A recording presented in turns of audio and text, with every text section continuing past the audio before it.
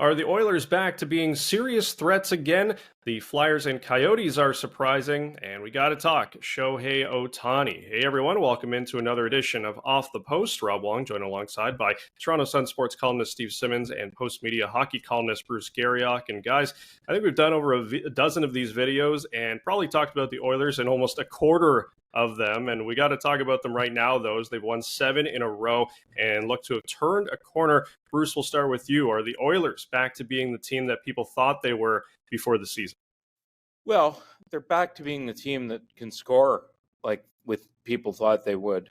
And I'm not sure that given their goaltender save percentage that that would win them any rounds of the playoffs, Steve. But certainly they are scoring at a terrific pace right now. But to me, until they solve that goaltending puzzle and you look at the save percentages of their goaltenders right now, Calvin Pickard has only played 3 games, so I don't think you can kind of count him in on that. But their goaltending needs to be better, Steve, or this is going to end in another year of disappointment.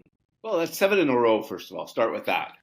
7 in a row for the Oilers after a disastrous beginning of coach firing and all the things that happened there. And then you get to the goaltending, Bruce. Since Chris Knobloch has got there, whether he's just fortunate or whether they've changed it in some ways how they play, the goaltending's been better. And the numbers are better, and the save percentages are better, and all the things you need to be successful are better. Now, are they there?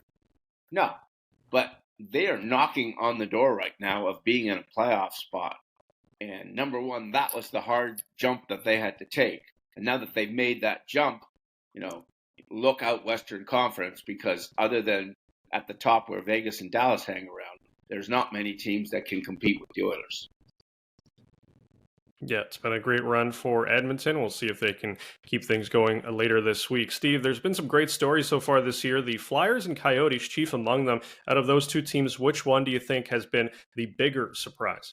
Well, I think both of them have been a huge surprise, but I see one of them kind of sustaining it, and I think the Flyers will fall back to just being part of the pack because there's just not enough there. But the Coyotes, after all these years of low draft picks and bringing, collecting prospects and all that, they look like they've actually put together, when I watch them play, they look like a real hockey team. And they look like a team that's on the way up. And so I kind of look at them a little bit like I look at Detroit in the East. Those are teams both playing way better than I thought they would play. And every time I watch Arizona play, and I'm one of these guys, I expect Arizona to be a disaster every year.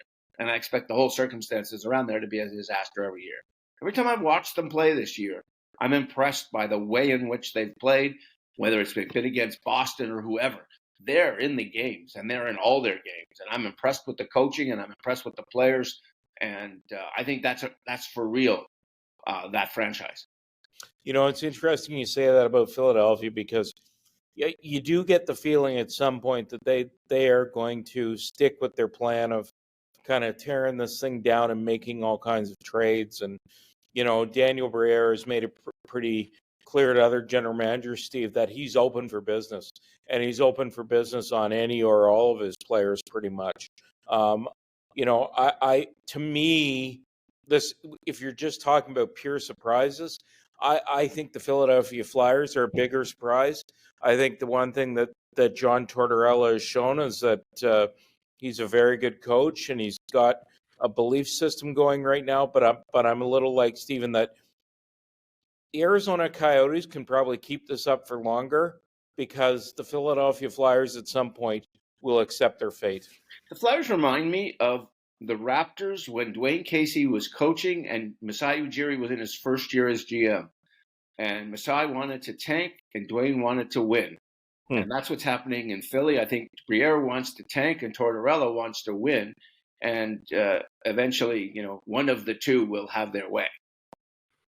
Now, normally this is a video about hockey, but everyone is talking about Shohei Ohtani's $700 million deal with the LA Dodgers. According to some reports, it seems as though Ohtani's camp may have leaked some information out there that he might be going to Toronto to drive up the price. Now, both of you guys have dealt with agents for a long time when it comes to your reporting. Bruce, is what Ohtani's camp dirty pool or fair game when it comes to negotiations? Well, I think it's fair game when it comes to negotiations. I did find Bob Nightingale's column, USA Today, pretty interesting about how he feels like the reporters were used. And I think he's absolutely right. I think it's a little far to say, Steve, that they planted Robert Herjavec on a plane so that, CAA could get more money for its client. But I do believe that the race to be first has become ridiculous. And nobody in that Toronto market, no media in that Toronto market embarrassed themselves. But there were a lot of national media who embarrassed themselves on this story, Steve. And I don't think there's any question about it. I was actually kind of proud of how the Toronto market did not go, sort of fall off the whatever you're falling off to get the story. And everyone was trying. Like, we're all making the same phone calls and we're all talking. Did they use the media? I don't know one negotiation that hasn't. That's right. You can go to anyone, and it's not just Toronto. It's who else was involved and what other teams and what reporters and who are you talking to. Now, clearly somebody told more than one Los Angeles reporter that he was flying to Toronto and he was going to sign here. That was reported as fact. Didn't turn out to be. Wasn't reported, as Bruce points out, by Canadian media, which I find interesting by itself in this race today, because there's all kinds of online guys that we don't even know who they are, that are now pretending to be reporters. And in this case, it wasn't guys pretending. These were legitimate people who were either used or set up or however you want. But I don't think at the end of the day that flight to Dunedin or whatever, the number was going to be the biggest ever. So was it going to be the biggest ever at 600? Was it going to be the biggest ever at 650? Was it going to be the biggest ever at 700? Whatever it was going to be the biggest ever. And I actually liked the fact that Ohtani's camp said, we're going to do this quietly. We're not going to bother anyone. So whoever was leaking anything was not necessarily coming from their people. Yeah, what a wild ride it was. Maybe something we'll never see again. As always, leave your thoughts in the comments section below. For Steve Simmons and Bruce Garrioch, I'm Rob Wong. Thanks for tuning in, and we'll talk to you next week on another Off the Post.